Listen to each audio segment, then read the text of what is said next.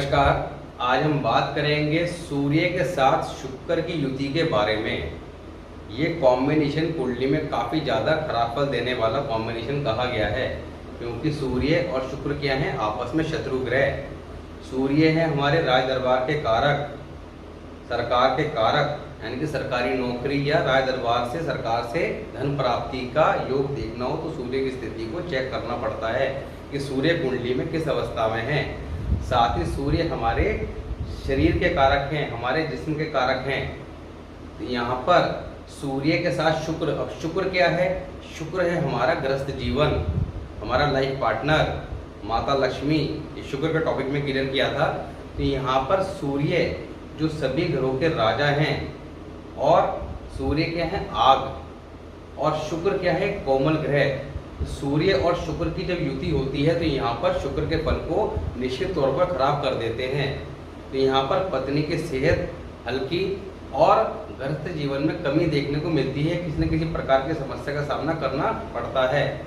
तो यहाँ पर आज हम कुंडली के अंदर सूर्य शुक्र की युति कुंडली के 12 ही घरों में कब कितना अशुभ फल देगी, या कुछ कंडीशन में शुभ फल भी दे सकती है, या कैसे इनके फलों को ठीक किया सकता है या इनके अशुभ प्रभाव से बचा जा सकता है, उसकी बात करेंगे। प्रॉपर क्या रेमेडीज बताई गई हैं जिनके द्वारा कुंडली में ये युति कुंडली के 12 ही घरों में कहीं भी बनी हुई है तो किस तरह से इनके शुभ फल प्राप्त कर सकते हैं। तो बात करते हैं सबसे पहले कुछ इंपॉर्टेंट पॉइंट की, उसके बाद शुभ हालात और अशुभ हालात, साथ ही रेमेडीज की बात करेंगे। अब यहाँ पर सूर्य और शुक्र की अगर युति है कुंडली के 12 ही घरों में कहीं भी, तब क्या लिखा है? दुश्मन ग्रह के साथ बैठा किसी भी घर में हो, शुक्र के उस घर के संबंध के फल को खराब करेगा। अब इस बात का अर्थ यह है कि यहाँ पर कुंडली के 12 ही घरों में ये युति कहीं भी हो, ये कॉम्बिनेशन कहीं भी देखने को मिले, कुंडली के 12 घर इनमें कहीं भी ये कॉम्बिनेशन देखने को मिले, तो यहाँ पर शुक्र का उस घर के संबंध में, सपोज कीजिए कि शुक्र जो है कुंडली के, ये युति कुंडली के 2nd हाउस में है, 3rd हाउस में है, किसी भी हाउस में है, तो जहाँ पर ये युति बनी हुई है उस घर में शुक्र के जो फल बताए गए हैं उन फलों में कमी देखने को मिलेगी। इस शुक्र के टॉपिक में आप जाके समझ सकते हैं कि शुक्र आपकी कुंडली के अंदर, ये युति आपकी कुंडली के अंदर जिस भी घर में बनी हुई है तो शुक्र का उस घर के संबंध में क्या फल होगा। शुक्र 4th हाउस, शुक्र 2nd हाउस, शुक्र 1st हाउस, इस तरह शुक्र के 12 ही घरों में फलों के बारे में हम चर्चा कर चुके हैं, जिसकी वीडियो प्ले लिस्ट में जाकर आप चेक कर सकते हैं। तो वहाँ पर आपने शुक्र के शुभ या अशुभ फलों को जाकर समझना है। तो वहाँ पर आपको जो अशुभ हालात शुक्र के अंदर फल बताए गए हैं वो फल देखने को मिलेंगे, ये युति जिस भी हाउस में देखने को मिलेगी। इसके साथ ही 22 से 25 साल उम्र में शुक्र का फल विशेष रूप से खराब देखने को मिलेगा। 22 वर्ष की आयु क्या है? सूर्य की, और 25 वर्ष की आयु क्या है? शुक्र की। तो यहाँ पर 22 से लेकर 25 वर्ष की आयु में शुक्र अपना विशेष तौर पर मंदा फल देगा। कई बार हमें एक काफ़ी ज़्यादा खराब स्थितियों का सामना करना पड़ रहा होता है, समझ नहीं आता कि किस ग्रह का उपचार करें कि कौन सी रेमेडी करें जिससे स्थितियों को समझा जा सके, ठीक जा सके। क्योंकि कुंडली के अंदर प्रॉब्लम कहाँ आती है चीज़ों को एनालाइज करने में, कि सबसे पहले कौन से ग्रह हमारी कुंडली के खराब फल दे रहे हैं, उनका टाइम पीरियड क्या है। अब पता लगा, आपने एनालाइज किया कि हमारी कुंडली के अंदर ये 4 प्लैनेट जो हैं अशुभ हालात में और 3 शुभ हालात में हैं।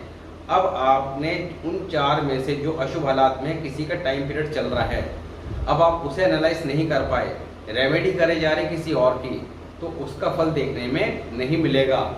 तो जिसका टाइम पीरियड चल रहा है प्रॉपर उसी के रेमेडी करेंगे, तभी आपको शुभ फल देखने को मिलेंगे या आप स्थितियों को ठीक कर पाएंगे। यहाँ पर 22 से 25 साल का जो टाइम पीरियड है उसमें आपने अगर अशुभ हालात देखने को मिल रहे हैं तो शुक्र की रेमेडी करनी है। साथ ही यहाँ पर बुध को नेक कर लेना, बुध को नेक कर लेना शुभ फल देगा। अब बुध का यहाँ पे जिक्र क्यों आ गया कि बुध को शुभ कर लेना, यहाँ पर इस अशुभ प्रभाव को ठीक कर देगा, क्योंकि सूर्य और शुक्र इज इक्वल टू बुध, ये आपको मसनूही प्लैनेट का जो हमने टॉपिक कराया था स्टार्टिंग की वीडियो में, ग्रामर का बहुत ज़्यादा इंपॉर्टेंट टॉपिक है मसनूही प्लैनेट। तो वहाँ पे जाकर आप समझ सकते हैं कि कौन कौन से कॉम्बिनेशन से कौन कौन से प्लैनेट देखने को मिलते हैं, ये कौन से प्लैनेट का रिजल्ट देखने को मिलता है। तो सूर्य और शुक्र का जब कॉम्बिनेशन होता है तो यहाँ पर बुध बन जाता है और बुध भी बुरा फल देने वाला।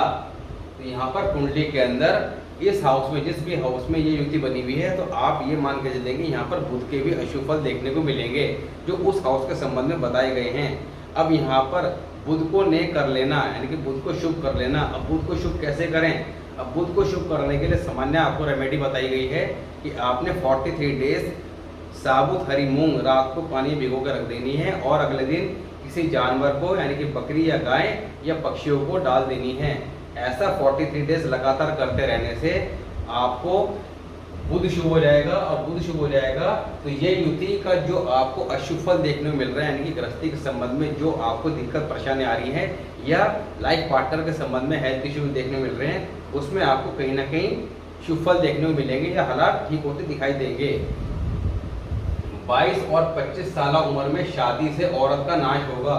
अब यहाँ पर 22 साल जो सूरज का एक टाइम पीरियड बताया गया है और 25 साल शुक्र का।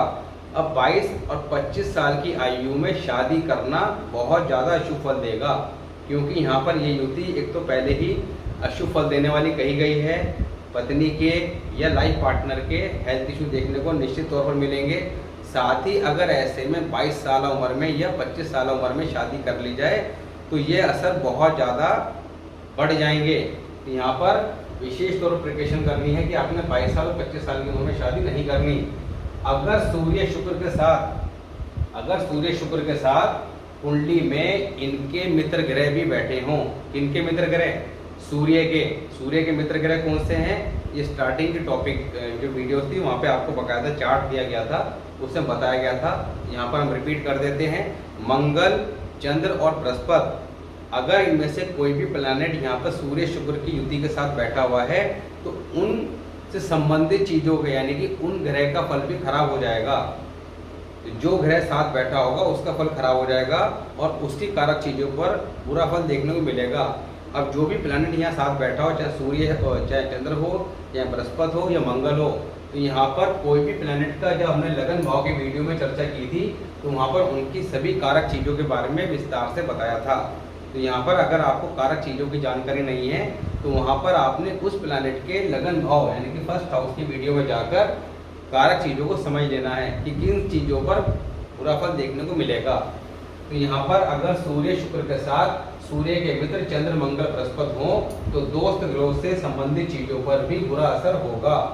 ऐसे टेवे में, ऐसे कुंडली में राहु अक्सर नीच का फल देखने को मिलता है, यानी कि राहु का फल अक्सर खराब देखने को मिलता है। क्यों मिलता है? क्योंकि सूर्य शुक्र की युति होगी तो यहाँ पर बुध मंदा हो जाएगा, यानी कि बुध का फल खराब हो जाएगा। जब बुध का फल खराब हो जाएगा तब ऐसे में क्या होगा? बुध मंदा तो राहु मंदा, तो राहु का फल भी खराब हो जाएगा। दूसरा रीजन ये है कि शुक्र के मसनूई प्लांट क्या है? राहु और केतु, तो इन दोनों के फलों में कमी देखने को मिलेगी, क्योंकि जब शुक्र का फल खराब होगा तो कहीं ना कहीं राहु केतु बुध इन सब के फलों में कमी देखने को निश्चित तौर पर मिलेगी। अब बात करते हैं सबसे पहले शुभ हालात की और फिर अशुभ हालात की और रेमेडीज की। अब शुभ हालात की बात करते हैं तो यहाँ पर हमने कुछ हाउसेस की बात करेंगे, बाकी हाउसेस में इनके अपने अपने फल को कंसिडर करना है, यानी कि जिन हाउसेस का हमने यहाँ जिक्र किया है और जिनके बारे में बात नहीं करेंगे उन हाउस में आपने अगर ये युति है तो वहाँ पर आपने सूर्य को सेपरेट मानकर उसके शुभ और अशुभ हालात को चेक करना है। उनकी वीडियो आप प्ले लिस्ट में जाके चेक कर सकते हैं। इसी तरह शुक्र के भी आपने शुभ और अशुभ हालात को चेक करने के लिए शुक्र पर्टिकुलर जिस भी हाउस में युति है उस हाउस की वीडियो में जाकर चेक कर सकते हैं। वहाँ पर जो प्रिकॉशन रेमेडी बताई गई है सूर्य या शुक्र के लिए उनको करके इनके शुभ फल प्राप्त कर सकते हैं। अब यहाँ पर शुभ हालात के लिए जनरली क्या लिखा है? खुद अपनी कोई जिस्मानी खराबी न होगी, क्योंकि शरीर के कारक हैं सूर्य, तो जिस्मानी खराबी न होगी। सूर्य शुक्र की युति में सूर्य का फल जनरली स्ट्रॉन्ग रहेगा, शुक्र का फल ही खराब होगा, तो ऐसे व्यक्ति का खुद के शरीर में किसी प्रकार की कोई समस्या नहीं होगी। दोनों में से किसी एक का फल तो हमेशा ही अच्छा रहेगा, यानी कि ये युति में ऐसा नहीं है कि दोनों का फल खराब होगा, दोनों में से किसी एक का फल हमेशा ही अच्छा रहेगा। इसकी बात अभी आगे करेंगे। उसके रूप जबरदस्त मगर जिस्म हल्का ही होगा, यानी कि ऐसा व्यक्ति देखने में थोड़ा सा दुबला पतला देखने को अवश्य मिलेगा। जिस्म हल्का मगर रूह, उसकी आत्मा नेक दिल इंसान होगा, बड़े दिल वाला होगा, रूह जबरदस्त। फर्स्ट हाउस की बात करते हैं। फर्स्ट हाउस देखिए कालपुरुष कुंडली के हिसाब से 1 नंबर की राशि आती है मेष राशि। सूर्य यहाँ पर उच्च के हो जाते हैं, तो यहाँ पर सूर्य बहुत ज्यादा शुभ फल देने वाले कहे गए हैं। वैसे भी लगन भाव क्या है, राजा की गद्दी। राजा की गद्दी पे जब राजा खुद आके बैठ जाएगा तो निश्चित तौर पर एक स्ट्रॉन्ग पोजीशन पे आ जाएगा। तो यहाँ पर जितना सूर्य स्ट्रॉन्ग होगा, शुक्र उतना कमजोर होता चला जाएगा। तो यहाँ पर सूर्य शुक्र की युति जब होगी तो सूर्य का फल स्ट्रॉन्ग होगा, शुक्र का उतना ही खराब। तो अपने लिए अपना जिस्म, जिस्म क्या है, सूर्य। और राजदरबार में सरकार भले ही होंगे, शरीर में किसी प्रकार की दिक्कत नहीं होगी, ऐसे व्यक्ति स्वस्थ रहेगा और सरकार से उसे धन की प्राप्ति के प्रबल योग होंगे। यानी कि वो सरकार से जुड़कर किसी भी तरह का काम करे या सरकारी नौकरी करना चाहता है तो सरकारी नौकरी अवश्य प्राप्त कर लेगा, आला दर्जे का अधिकारी देखने को मिल सकता है। तो यहाँ पर अपने लिए अपना जिस्म राजदरबार भले ही होंगे, पर पत्नी किस्मत की मारी होगी, शुक्र का फल उतने कमजोर होगा, तो पत्नी के संबंध में यहाँ पर काफी ज्यादा शुभ फल देखने को मिलेंगे। शादी के बाद प्रेम संबंध रखना बर्बादी का कारण होंगे। तो यहाँ पर शादी के बाद किसी भी तरह के प्रेम संबंध रखना काफी ज्यादा अशुभ फल देने वाले कहे गए हैं, क्योंकि सूर्य शुक्र की युति होगी। शुक्र फर्स्ट हाउस का जब वीडियो हमने बनाया था तो वहां पर जानकारी दी थी कि शुक्र जब फर्स्ट हाउस में होंगे और अशुभ हालात में होंगे तो ऐसे व्यक्ति महिलाओं के प्रति काफी ज्यादा आकर्षित रहेगा या महिलाओं में घिरा रहेगा, जो काफी ज्यादा अशुभ फल देगा। तो ये अशुभ शुक्र की निशानी है। तो यहाँ पर ऐसे व्यक्ति को अपने पे कंट्रोल रखना ही शुभ फल देगा। अदरवाइज यहाँ पर पत्नी जितना ज्यादा उसके प्रेम संबंध बाहर होंगे उतने ज्यादा पत्नी के हेल्थ इश्यू देखने को निश्चित तौर पर मिलेंगे। 7th हाउस की बात करते हैं। अब 7th हाउस के अंदर जब ये युति होगी सूर्य और शुक्र की, अभी आपको बताया कि सूर्य और शुक्र इज इक्वल टू बुध, तो यहाँ पर बुध भी कंसीडर करना है। और जब बुध को हम यहाँ कंसीडर करेंगे तो बुध 7वें घर में बहुत ज्यादा शुभ फल देने वाले कहे गए हैं, क्योंकि 7वें घर में 7 नंबर की राशि आती है तुला राशि, और इस घर के मालिक कौन है, शुक्रदेव, और कारक बुध जो शुक्र के मित्र हैं। तो यहाँ पर जब ये युति है तो बुध का फल देगी। बुध यहाँ पर काफी ज्यादा शुभ फल देने वाले कहे गए, इसलिए क्या लिखा है, अपने लिए उत्तम फल, आयु लंबी, परवरिश भी अच्छी होगी, परिवार बड़ा, परिवार ऐसे व्यक्ति का बड़ा होगा, और तीर्थ यात्रा 20 साल और 30 साल यानी कि 22 वर्ष की आयु से लेकर 52 साल की आयु तक उसे काफी ज्यादा शुभ फल प्राप्त होंगे। बात करते हैं 9th हाउस की। 9th हाउस में जब युति होगी यहाँ पर सूर्य काफी ज्यादा शुभ फल देते हैं, और साथ ही बृहस्पति अगर यहाँ शुभ हालात में है तो बृहस्पति को चेक करना है, क्योंकि 9th हाउस के मालिक और कारक दोनों बृहस्पति देव है। 9th हाउस में 9 नंबर की राशि आती है धनु राशि। बृहस्पति को शुभ रखना है, यहाँ पर धर्म की पालना करनी है, केसर का तिलक लगाना है। तो यहाँ पर युति काफी ज्यादा शुभ फल देगी। क्या लिखा है, अमेरिका समुद्र ठाठे मारेगा, ऐसा व्यक्ति काफी ज्यादा अमीर होगा, और 22वें साल से 42वें साल तक तीर्थ यात्रा बहुत होंगी। ऐसे व्यक्ति के 22वें साल की उम्र से लेकर तीर्थ यात्राओं के प्रबल योग बनेंगे, और निश्चित तौर पर ऐसे व्यक्ति काफी ज्यादा जीवन में तीर्थ यात्रा करेगा। 42 साल की उम्र तक 20 साल का जो पीरियड है उसमें काफी ज्यादा तीर्थ यात्राएं वो करेगा, और जो काफी ज्यादा शुभ फल देगी। 10th हाउस की बात करते हैं। 10th हाउस के अंदर युति होगी। 10th हाउस किसका है, शनि का, साथ ही हमारे काम धंधे का। तो शनि के घर में जब ये युति होगी तो शनि के कट्टर शत्रु हैं कौन, सूर्यदेव। तो सूर्यदेव यहाँ पर आकर काफी ज्यादा कमजोर अवस्था में हो जाते हैं, तो यहाँ पर काम धंधे में दिक्कत देखने को मिलेगी। साथ ही सूर्यदेव क्या है, सरकार के कारक, तो सरकार से जुड़कर किसी भी तरह काम करना काफी ज्यादा नुकसान फल देगा, और सरकार से किसी न किसी प्रकार की परेशानी ऐसे व्यक्ति को जीवन में देखने को मिलेगी। तो यहाँ पर लिखा है कि राय दरबार काम काज में असफलता है, राजा होता हुआ भी प्रदेश में ठोकरें खाता हुआ मिलेगा। और खाना नंबर 4 खाली, खाना नंबर 4। अब यहाँ पर सूर्य और शुक्र की युति है, और खाना नंबर 4 में अगर चंद्रदेव हैं तो चंद्रदेव की दृष्टि कहाँ जाएगी, 10th हाउस पे। तो यहाँ पर सूर्य जो कमजोर हो रहे हैं, चंद्रदेव जो उनके मित्र हैं उनकी दृष्टि से उन्हें बल मिल जाएगा। तो सूर्य का जो खराब फल है वो काफी हद तक ठीक हो जाएगा। मगर अगर खाना नंबर 4 खाली है तब क्या करना है, तब चंद्र का उपाय करना है। चांदी की डब्बी में चावल डाल के रखना अपने पास, बहुत ज़्यादा शुभ फल देगा। इसके साथ ही जब सूर्य और शुक्र की यहाँ युति होगी तब क्या होगा, जब दो दुश्मन ग्रह 10वें घर में बैठे होंगे तो यहाँ पर ब्लाइंड हॉरोस्कोप बन जाएगी। ब्लाइंड हॉरोस्कोप ये ग्रामर का बहुत इंपॉर्टेंट रूल है। स्टार्टिंग की वीडियो में जब हमने ग्रामर के कुछ टॉपिक डिस्कस किए थे वहाँ पे इसकी जानकारी दी थी कि जब 10वें घर में दो या दो से ज़्यादा कोई ऐसे ग्रह बैठे हों जो आपस में शत्रु हों, तब ऐसे में वो कुंडली अंधी कुंडली हो जाती है और शनिदेव दोनों ग्रह जो आपस में लड़के कमजोर हो चुके होते हैं उनको अंधा कर देते हैं। ऐसा व्यक्ति जीवन के अंदर दिशाहीन हो जाता है और काम काज में, चाहे वो नौकरी करे या व्यापार करे, दोनों में असफलताएं देखने को मिलती है, बार बार चेंजेस देखने को मिलते हैं। तो यहाँ पर करना क्या है, एक तो चांदी की डब्बी में चावल डाल कर रखने वाला उपाय अगर 10वें घर में युति है। दूसरा, अंधे लोगों की सेवा करना यहाँ पर निहायत शुभ फल देगा, क्योंकि यहाँ पर शनि देव को ठीक कर लेना है। शनि देव का फल भी अशुभ हो जाएगा और यहाँ पर काम धंधे के कारक क्या है, शनि देव। इस घर को सही करने के लिए, काम में स्टेबिलिटी लाने के लिए महीने में एक बार कम से कम अंधे लोगों की सेवा करनी चाहिए। उन्हें कुछ न कुछ खाने को दे के आएँ, कुछ पहनने को दे के आएँ, उनकी सेवा भाव मन में रखिए, किसी न किसी प्रकार से उनकी सेवा करते रहिए। अब बात करते हैं अशुभ हालात की। अशुभ हालात में क्या लिखा है, पिता अमूमन लंबी उम्र का मालिक न होगा, पिता की आयु कम होगी और पिता का साया बचपन में ही उठ गया होगा। तो ये हालात देखने को मिल सकते हैं अगर अशुभ हालात में है। साथ ही नर औलाद, लड़के की बात हो रही है, 36 से 39 साल उम्र में या 48 के बाद ही कायम होगी, तो यानी कि लड़के की पैदाइश में देरी देखने को मिलेगी। और नहीं तो शुक्र की आशा, शुक्र की आशा रिश्तेदार, कारोबार मंदे बर्बाद होंगे। यानी कि शुक्र की आशा क्या है, रिश्तेदार, पत्नी मंदे बर्बाद होंगे। और शुक्र के कारोबार कौन कौन से हैं, तो वो आपका शुक्र के लगन भाव के वीडियो में क्लियर किया था, वहां जाकर समझ लीजिएगा।